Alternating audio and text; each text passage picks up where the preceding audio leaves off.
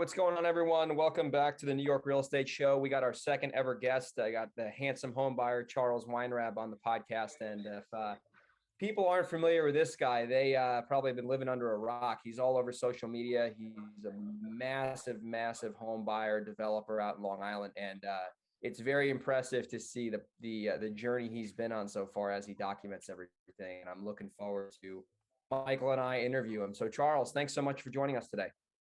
Yeah, appreciate it, man. Thank you very much for having me. Good to see you guys. I know Mike a long time. I haven't seen him in a while, so it's good to reconnect. Yeah, Charles and I used to sit next to each other at the auctions that I went to in Nassau County many years ago. Charles was smart enough to get the hell out of there quickly. I was stupid enough to stay there for a few years and slowly buy less and less as more and more people showed up and bid the prices up. So Charles made a much smarter move than me by leaving when he did. Yeah. It's interesting. I was brought into this business like never doing that. I mean, it would be great if you could just go to the auctions, but I've always been trained like go direct to seller because that's where the deals are. And, maybe in the future that will change as, some of these foreclosures start to go into play. But I wish I had gone direct to seller 4 years before when I started going to the auction, but yeah, can't turn the clock back. That's true. So Charles, if people aren't familiar with you before we get into what you got going on the business end, give everyone just a little backstory on how you got started in the real estate business. So basically 90-second overview. I owned a body shop franchise called Mako in Hempstead, over to get Mako. When I was 27, I read Rich Dad Poor Dad and said, that's it. I'm going to become a professional investor. I decided to become a real estate investor. I took a one-day class at NYU on foreclosures because everybody thinks that banks are just giving houses away. Obviously, we know that's not true. I was directed towards the local RIAs where I met my mentor, Carl Chavone, who I trained with for almost 4 years prior to doing my first deal. And the rest is history. I flip anywhere from 70 to 110 houses a year. I also got my master's degree, finished that up a year and a half ago at NYU in real estate development. And I have a number of development projects in the works, assisted living facility in Farmingdale, medical office in Massapequa. We're doing the largest 3D printed home subdivision in the country to break ground in January in Riverhead. It's going to be 25 houses on 27 acres. There's a lot of good shit coming. That is amazing. Now, the biggest thing, another thing I noticed with you too, is you have found a way to make rental properties work in New York, especially in Long Island. Yeah, man. So that's the first thing I want to cover because a lot of people we interview, well, whether it's my show or Michael's own show, a lot of guys are flipping houses and they're wholesaling, they're making real money, 7 figures, but the rentals seem to be a struggle. And I started picking up rentals last year. Michael has rentals. How the heck do you make the rental properties work in Long Island? Because I look at deals in the Hudson Valley and San Diego, and when you run the numbers, at least when I look at the leads I get, like after I account for all the debt service, it doesn't make a lot of cash flow. So what are you doing to consistently, because what do you have, over 100 doors, right, out in Long Island? Yeah, I have over 100 doors now. So what are you doing, to make that work? So basically they're a mix. They're like 50% single families and the rest are multifamilies, anywhere from 2 to 10 units. I started buying these things up like 4 years ago, like dirt cheap. The thing about rentals is, I mean, right now, the market doesn't always favor rentals. Right now, the market doesn't really favor rentals. So, you're flipping and then the market will adjust. It always adjusts. Rentals usually only work in certain areas. Like, I have a big portfolio in Patchogue, Shirley, Mastic Beach, Bellport, et cetera. Places in Suffolk County where the taxes are very low and I can get the properties at a reasonable number. I mean, I was buying stuff in Mastic and Shirley and Bellport for 40, 50, 60,000 a few years ago, and now those things are worth, over 300. So it's been really, really good to me. I predominantly work with programs such as CDC, Section 8, options for community living. I do have some cash tenants, but I do a lot with the program tenants. And because of that, I did really well during COVID. Yeah, no, that's awesome. So when it comes to the deal, are you basically doing the burr on all these rentals, or are you leaving a lot of your money in these deals? Because that's how scaled. Yeah, no, I'm not. I'm pulling the majority, if not all, my money out on these things. And then I've been buying so there's a lot of baby boomers that are retiring that, they weren't real professional investors, but they had a decent amount of, 2 families and 3 families and a 10 unit or whatever. and I've been buying up people's portfolios and then just doing, value add repositioning on those things, and adding value and refinancing out 18 months later. So yeah, it's that type of thing. I flip houses to generate income, to buy rentals, refinance out of them, keep it going. I'm actually teeing up right now. We're closing either this week or next week a really big refinance. We're going to be refinancing across about 30 properties, because I think it's the time to do that before rates start to tick up next year and lock in some long-term cheap debt. What lender are you doing that blanket mortgage with?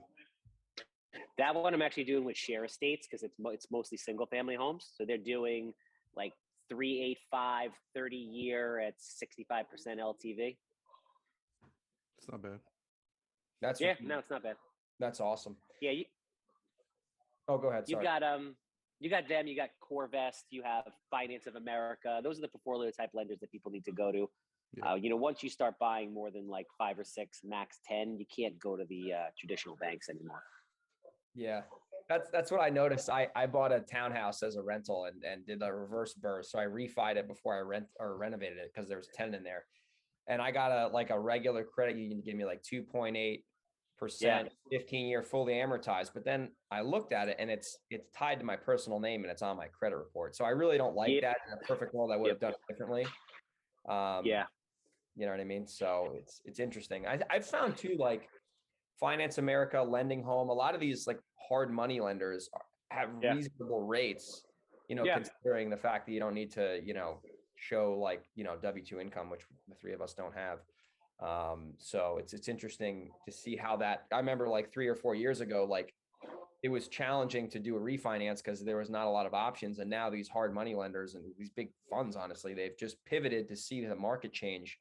And now it's very easy to do a burr on the exit, versus 3 years ago, it was very hard to find the lender who would cash you out, Yeah. I mean, single family homes have long been, just overlooked. Like, so when I first got into this, Carl, my mentor was like, listen, there's nothing more profitable in the rental market than a single family home. And he's 100% right. Like, there were deals that I did. Like, I bought a house in Patchogue for 70 grand with people in them, turned them into tenants, put 20,000 in, bank appraised the property at 240,000. You're never going to get that type of, equity or cash flow in an apartment building. It's just, there's too many people running after it.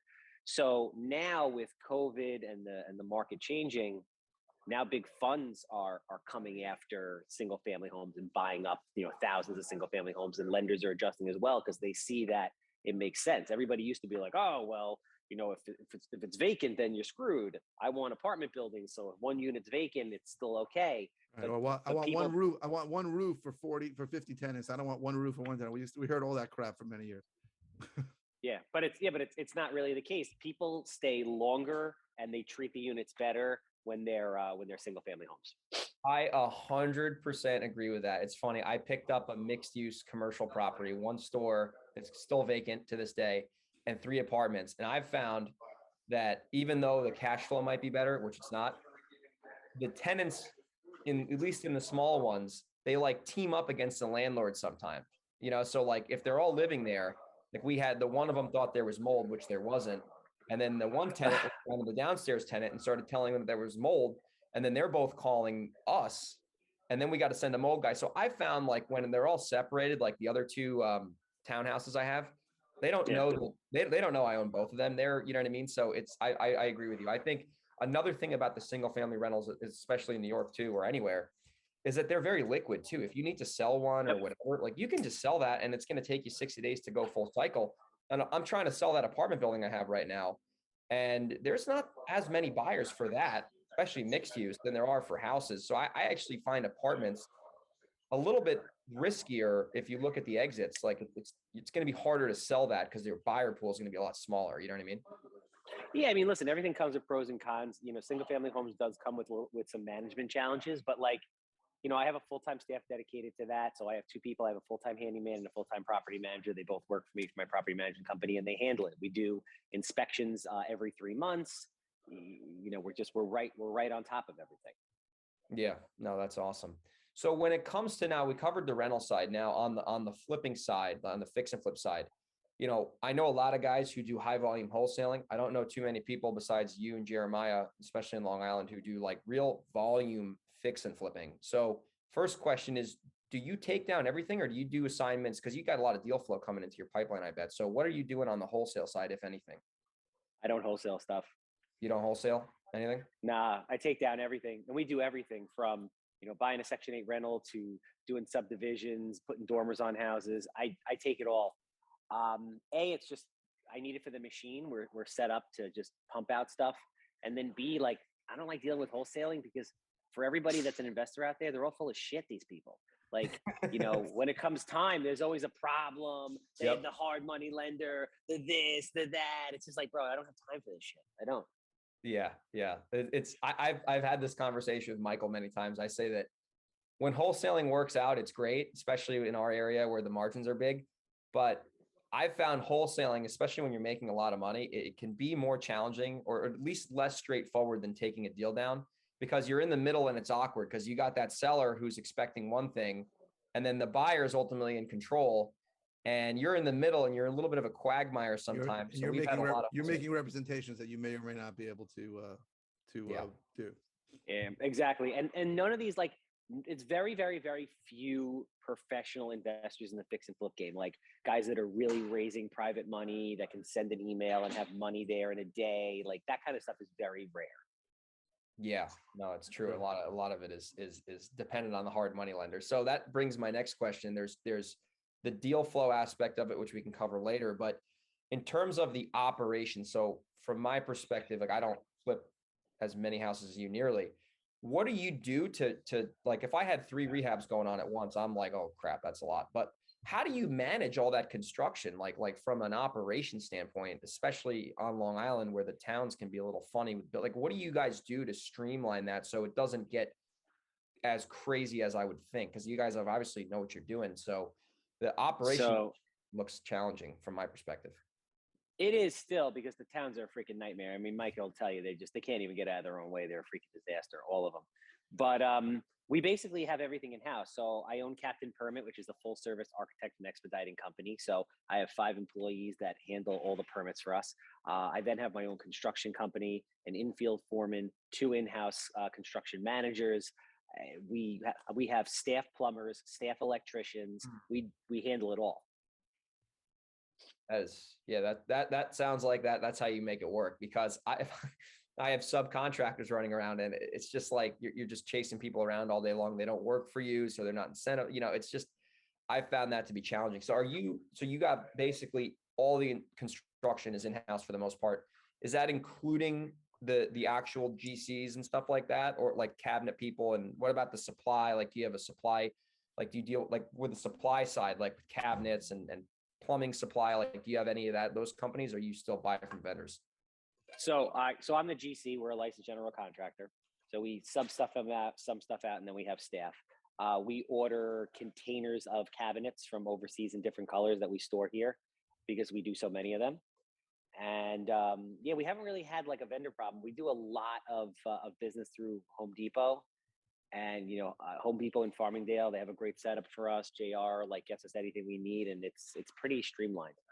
I have a designer that designs all the houses. I don't deal with any of it. The designer comes in and basically designs each house unique and different, sends the information to our CM crew inside, and they order it up and get it done. That is the way to do it. That is definitely the way to do it. That's awesome. Michael, I've been hogging the mic up. I apologize, man. I'm going to let you ask some questions. I just realized that. For sure. No, that's all right. So Charles, where are you getting a lot of your deals from these days? It's really everywhere. Like there's not like, a magic bullet or a tree in the backyard. It's like I do 30, 40 different things consistently well all the time, and I get deals. I mean, from, being out in the street to if I had to quantify the overwhelming majority of where my deals come from, it's definitely via the network that I've established. And, the network is created through one-on-one relationship building, going out, meeting people, and the social media, the amount of social media that I do as an extension of who I am has definitely had a massive impact on my business. Sure. Like I have a 4-person social media team that just creates content for me. And then I personally post everything. Okay. So when you say it's from network, is that from mostly realtors or other people in the business? Is that what you mean? Everything. It's realtors, wholesalers, attorneys, insurance people, just, people know me. I'm on TV. Like I'm everywhere, like haunting people's dreams. Pretty I see you. much. I see you on my phone all the time. So it's definitely working. So you do buy a certain percentage of your properties from wholesalers, correct? Yep, absolutely love them. So you don't mind dealing with them on that side, but you don't want to be the wholesaler in the middle trying to sell a property to a rehabber, correct? Yeah, exactly. I want to acquire. So I work with a lot of wholesalers. They come directly to me with everything. They know I don't pay the most, but they know that I can handle volume and I always deliver. And that's why they come to me. Okay. That's great. Yeah, that's awesome. And that's the thing I've noticed with new wholesalers, especially in New York. Michael and I have talked about this at length. Like the biggest challenge, I think, in the Long Island, Hudson Valley, tri-state, whatever you want to call it, Connecticut, is that a lot of new investors, they don't really know what a deal is. They find some guru in Arizona talking about, there's people, oh, I don't know anything about real estate. I'm a pawn shop. And like, so they'll take that advice and then they'll go market around our area and they'll think that a non-deal is a deal. And then they'll think that, you know what I mean? They don't understand exactly what a deal is. And a lot of deals in our area, the sellers really aren't desperate. Like they're pretty smart people. They understand what's going on. And sometimes it's just a negotiation. And it's like, they might be asking a price and that might be a price that works. And if they didn't sound motivated, a lot of new people will throw that away. So if they can come to a person like you and rely on you to, help them, guide them, it's a win-win for everybody. And then these new investors can have a good exit, from, with you versus trying to lock stuff up that doesn't make sense. And I'm sure you'll let them know right away, whether it's a deal or not a deal and why. So they have some confidence and clarity going forward when they do their marketing efforts, Sure. Yeah, no, without a doubt. I mean, there's also something that we do that I'm sure other guys do, but just worth talking about. We're putting out all this money to bring in deal flow. A lot of the deal flow that comes in ends up being retail type business. So we refer it out to realtors that we know in the area. And, we get a referral fee as a result of that goes back to offset the marketing. So the idea is really to turn every lead into money in some way. Yeah, 100%. That's something I've done before. I haven't done it recently. I got to focus more on that, but it's amazing to see all that waste in my CRM. It's like every lead's going to cost me $150, $200. And, we convert maybe 1 out of 25 and the other 24. It's like, how do we turn that into money? Because, I spend, 15, 20 grand a month on marketing. So I want to make sure that, we're capitalizing on every lead. So no, that's awesome.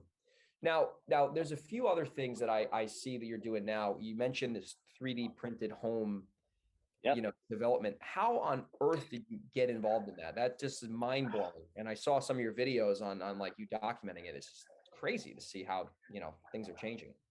It's the sickest thing you've ever seen in your life. Yeah. So my very good friend, Enzo Pagani, invented the 3D printer out of Patchogue.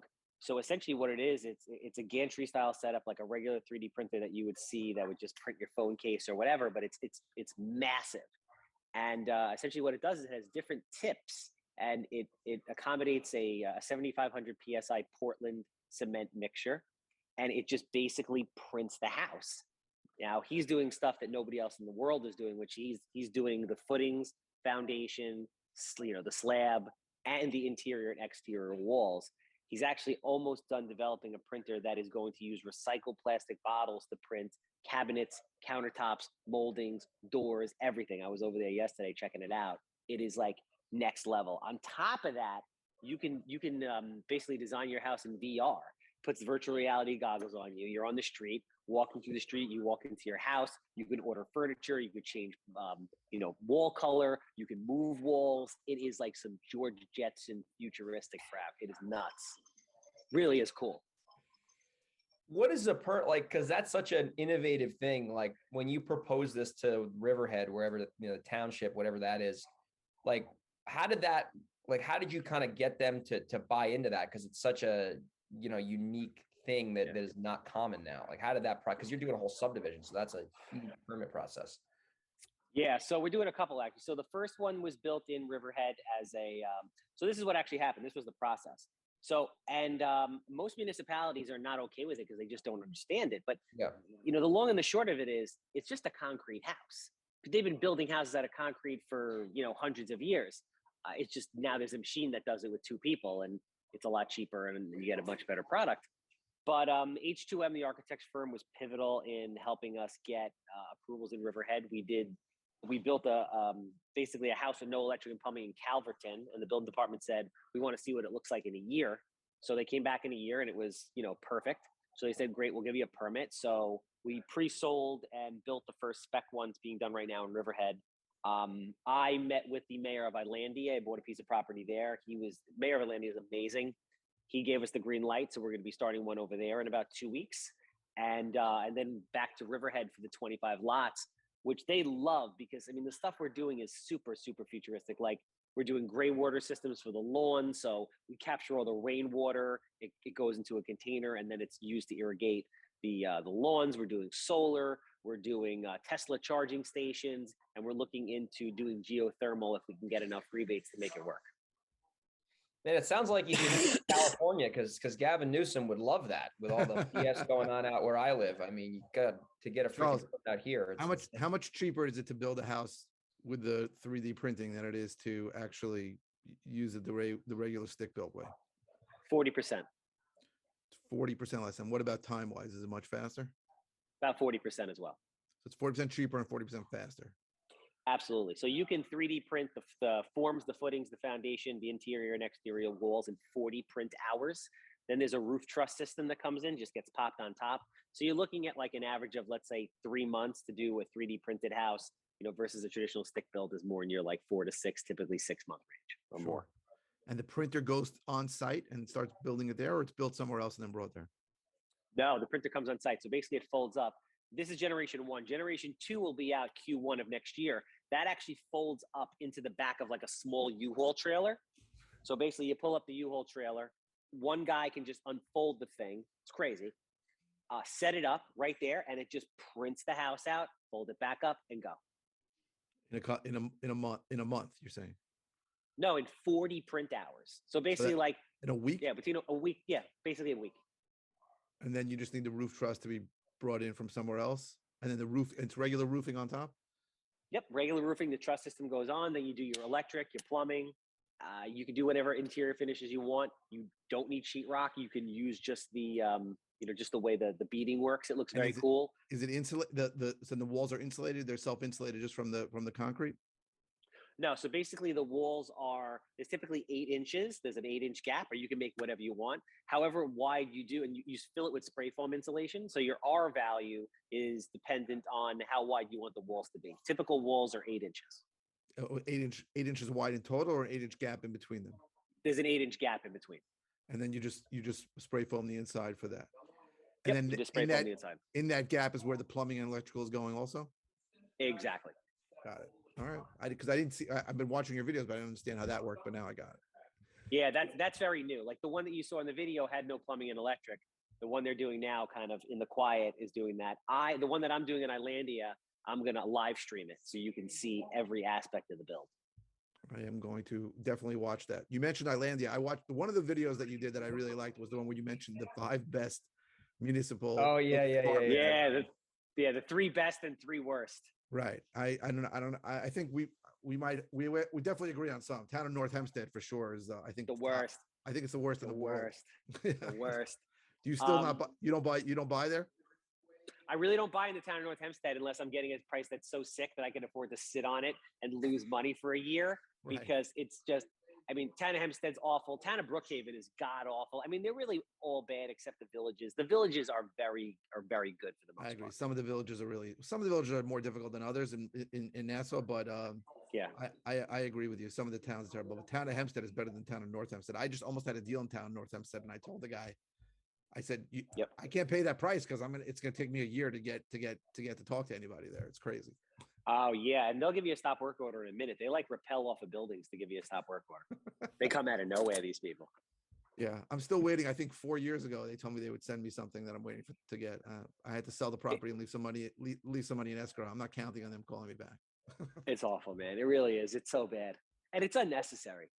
For sure, it's completely illogical. But you know that like 6 years ago they had a big problem there where I think some people went to prison. So the pendulum swung like all the way in 10 that years direction. We're still waiting 5 years for the pendulum to come back to the normal place where they'll just be normal people, but they're not normal.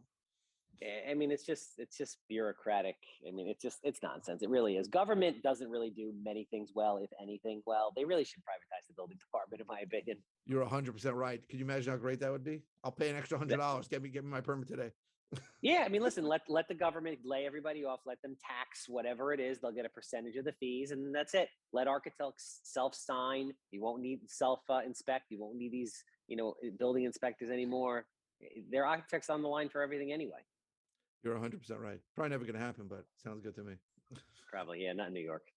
Yeah, I've noticed that, and that brings us to the big thing. You're doing all this in New York, and I've done business in a few different areas, and I've found that the biggest challenge in New York, besides the permits, which probably are harder in New York, is that the sales cycle. Like, what is your average full cycle on a rehab when you're buying something, renovating, and then selling and ultimately funding and getting your cash back? Like, what do you at least shoot for on your rehabs? Because you're doing this in high volume. So I try to budget for a 6-month, but when you're dealing with these permits, it's just not going to happen. Like, your average is probably more about like the 9 to 10 month range, just because of the whole permit process. New York has the longest permit turnaround time in the country. I believe it's like 11.3 months or 11.6, something crazy like that. So it's a mess. It really is. New York is the hardest place. I mean, obviously I'm biased, but I think Michael would agree. New York's the hardest place to do anything. Sure. It's very, very, very hard. Right. But with that comes, the flip side of that is that thank God we have less competition and we usually make more money, but it's the hardest place to do things for sure. Very hard. Very hard. Everything is an uphill battle. Yeah. And I found too, like just the contract process alone, like when I go get a property under contract, like I'll get lucky if I put $1,000 to $2,000 down. And I have friends, I mean, you've interviewed people on your podcast, the guy in LA who does virtual deals all over the country. I mean, he has VAs. So Michael, Charles interviewed this guy. You should watch it. He's virtually wholesaling in like the Midwest. I believe he lives in Los Angeles. And he actually has VAs, virtual assistants in the Philippines, buying houses and signing contracts over the telephone, which is amazing. I mean, amazing. And they're putting down like no deposits, $10, $100. And I'm just like, imagine they, not only did they privatize the building department, but they got rid of the attorneys for the real estate transactions. How crazy in New York, what that would look like. It'd be a different world. Yeah, nah, New York is an attorney state. Those guys need to get paid. They got to justify their $2,500 fee. So when you got the $20,000 deposit, it's hard to negotiate that. So let me ask you this: what's the future look like? I mean, we've both seen your trajectory just starts. Like, what's the 5-year vision for Charles and the Handsome Homebuyer team? I mean, where do you want to take this? I'm going to own a private equity fund in the next 3 years. So what I plan on doing is, before I leave the game, I want to prove to myself that I was the best that ever did it around here. So my goal is to do 200 houses next year. So I'm going to do 200 houses next year. I think next year we get a good market. The year after that, we get a good market. I think the year after that, it starts to get dicey. And I think after that, we're screwed. Personally, that's my opinion. And I will just kind of transition into private equity, raise money, hopefully right before the next market correction, and then be able to go buy stuff on sale. That's what happens in a perfect world. That sounds like can you call me that day, the day it's about to change? Just let me know. I actually I always get like a feeling for it. Like, I didn't know, obviously. So in February of 2018, I felt a change, because 2017 was a nuts year. Like, we were cranking. And then January was very busy. I bought 10 houses in January, and then I felt something in February, and I was like, that's it, it's over. My guys are like, my buddies are like, what are you talking about? I'm like, I'm telling you, it's over. Real estate's like a slow turning ship. End of Q4 2019, there's going to be something that goes on. Now, I didn't know, I was 1 quarter off, and I didn't know that COVID was going to sweep across the globe and screw everything up. But you get like that kind of feel of the way the market ebbs and flows when you do so much business. And it's just really a matter of time. Like, it just makes sense. Everything cycles. It's definitely a matter of time. I thought the market was going to turn years ago. I was way too early. I don't know when it's going to happen, but just when you know it's going to happen, just text me. Okay. It will. So next year it's going to be good. The year after that's going to be good. probably start to get dicey like the second half of the of the third year. And then the fourth year, it's just like, get ready for fucking Armageddon. I mean, I think the government really, I think they screwed us up. I think they're setting us up like they always do for, a major problem. I agree. I don't know if it's going to take as long as you think, but who knows? We'll see. Yeah, I think the biggest thing that I've noticed at least in California, because the real estate market out here is, believe it or not, even more expensive than New York, which is already expensive. Like in San Diego, for example, I just did a deal where the ARV was 750, and this is in a regular working class, kind of not a seedy area, but not the greatest area in the world. And that was 750. So I'm thinking to myself, well, it was a wholesale deal, so I had no risk. But I'm like, all right, this is 750. This is what a consumer is going to ultimately pay for this house. The affordability, it seems to me, at least in California, and I'm sure in New York and in Long Island, it's the same.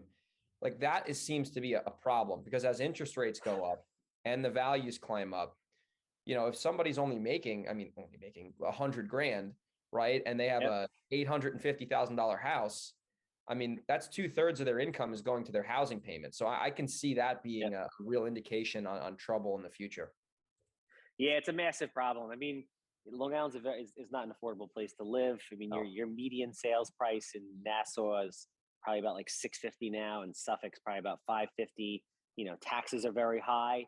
And listen, everybody who likes affordable housing, they just don't want it in their backyard. So, it's a constant losing battle. Like I've tried to do affordable housing development deals for seniors and things like that. I love that stuff. And nobody wants it. They think it's going to bring the dregs of society. It's just, people just don't like change. Yeah, especially in an area like Long Island, where things have been the same way for so long. They don't want to see, they don't want to see the evolution. And I think it's going to be cool now to see the evolution of this 3D printing. I'm excited to follow that, because that's something that when you started putting those videos out, I really was like, I didn't know how to even interpret it. And then I watched the video and I'm like, oh, this is actually pretty cool. And I actually saw the concrete and how it actually worked. And it's going to disrupt in a good way. It's going to disrupt everything, the way things are done. And I mean, with the ARVs on these new 3D printed houses, I'm sure they're the same, if not more than a regular stick built house. Cause it seems like those houses are just better houses from an actual product perspective. Yeah, way better houses. I mean, we give a 50-year warranty on the structure itself. I mean, it's basically fireproof, waterproof, insect-proof. It's a much, much, much better product. You could do radiant flooring, which actually can radiate into the walls. So you can have radiant floor and walls. It's just like, it's a much, much, much better product. That is awesome. That is awesome. So as we summarize this interview and wind down, I mean, what would you say how long you've been in real estate? For 7 or 8 years now? 6 years. So you've been in this business for 6 years. You've accomplished more than most people will accomplish in their entire, journey. What would you say if you had to boil? I know this is a hard question probably, but if you had to boil it down to one thing, you got a lot going on, you got your hands in many pots. What was the one thing that you would say that has allowed you to have this growth that you have had in this short period of time? Because that's a lot to accomplish in 6 years. Real education, bro. I spend the time to do, like, I trained with Carl for 4 years, 3 years before I was ready to get my first deal. It took me an entire year just to get the first deal. I worked with him every week, 7 days a week, basically. And then my third year in the business, I did 67 houses. And I went back to NYU, spent $100,000 to get a master's degree in real estate development. It's a constant education, constant networking, constantly, just new ideas. That's what you need to do. Because if you think you're going to watch a fix and flip show, go get a hard money lender who's going to give you 90% of the purchase price and 100% of the reno and go out there and get it done. You got another thing coming. It's just not the reality of it. Like, there's a very big difference between somebody who's trained and professional and somebody who just wants to go out there and thinks they can swing a hammer or whatnot. Totally. Those are the people we love to wholesale houses to. That avatar, by the way. That's where you make your 100K assignment fees, just for the record, because that we get. So I found, like, you put a deal out to the list, the flippers will pay a certain number, which usually can work. But then you have this random, I call him a Joe Blow buyer, and just watch Tariq Al Musa rip it up with some cabinets, and he comes in, $30,000 over your ask price, and you're like, well, as long as this guy's got money and a pulse, I'd be foolish to not sell him this property. So let's. Yeah. Oh man, well, this has been a fun interview. You got a lot of stuff going for you. Now, if people want to follow you and connect with you and check out your awesome content, I know you have a podcast, you got everything. So just give the people a way to get in touch with you, and we'll go from there. Absolutely. We're across every platform. So whatever your pleasure is, from TikTok to Twitter, LinkedIn, Facebook, Instagram, YouTube. I have a text platform. Easiest way to just go to the website, handsomehomebuyer.com. Go to stay in touch on the bottom. Pick your poison. Awesome. Well, we'll make sure we have all that in the show notes. And Charles, man, it's always awesome connecting with you. Keep up the great stuff, and we'll catch you soon. Appreciate you having me. Thanks, guys. Mike, take care, Bye-bye. buddy.